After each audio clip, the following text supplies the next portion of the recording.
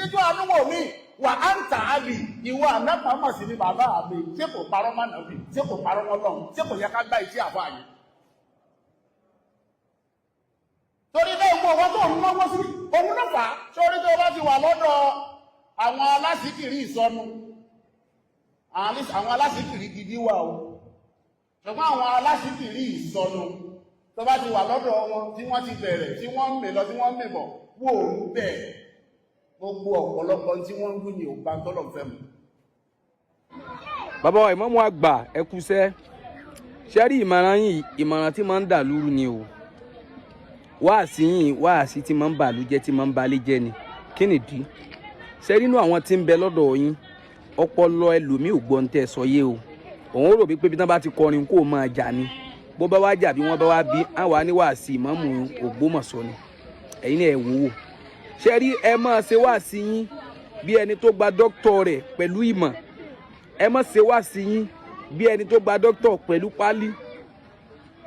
kí nìdí ni pé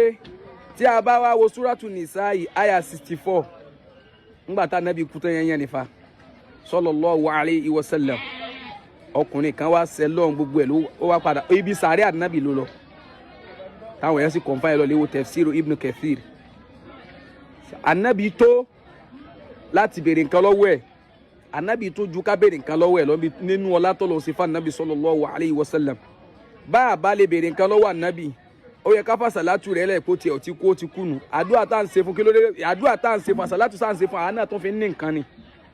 àtikáṣà sàlátù fún ànábì lásán àti béèrè nǹkan lọ́wọ́ rẹ̀ torí kò sí bá a ṣe ṣe fún ànábì ni man salla alayya marra sallallahu alayhi ashara bẹ́ẹ̀ yà bá sàlátù kan fẹ́mi ànábì Muhammad sallallahu alayhi wa sallam mẹ́wàá lọ́lọ́wọ́ dà padà fẹ́ ni mu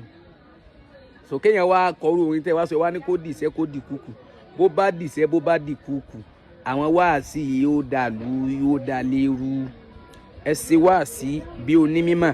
ẹ má ṣe wáàsí bí aláìmọ̀kan nígbà tẹ́yìn odidi dókítà ń ṣerú wáàsí kílẹ̀ àwa ọmọ kékèké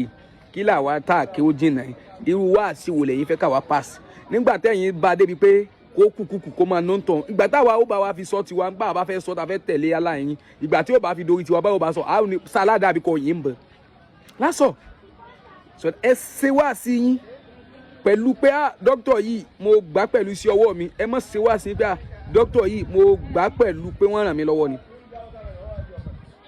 káti ẹ̀ ní ànábì nítòsí nínú ayé gan àmọ́ níràn lọ́wọ́ sọ́dọ̀ ara wa ṣé dókítọ̀rù tẹ ẹ gbà náà ẹbẹ́ yìí náà wá ràn lọ́wọ́ dọ́dọ̀ ẹnìkan kò ṣeé gbà láìsí pọ̀ lọ́lẹ́ sọ ọmọ lọ́dọ̀ ẹnìkan kò ṣeé gbà ká tó wá sọ ànábì Muhammad sallallahu alayhi wa sallam dókítọ̀ tẹ́yìn wa ẹnìkan ló fà yín síbẹ̀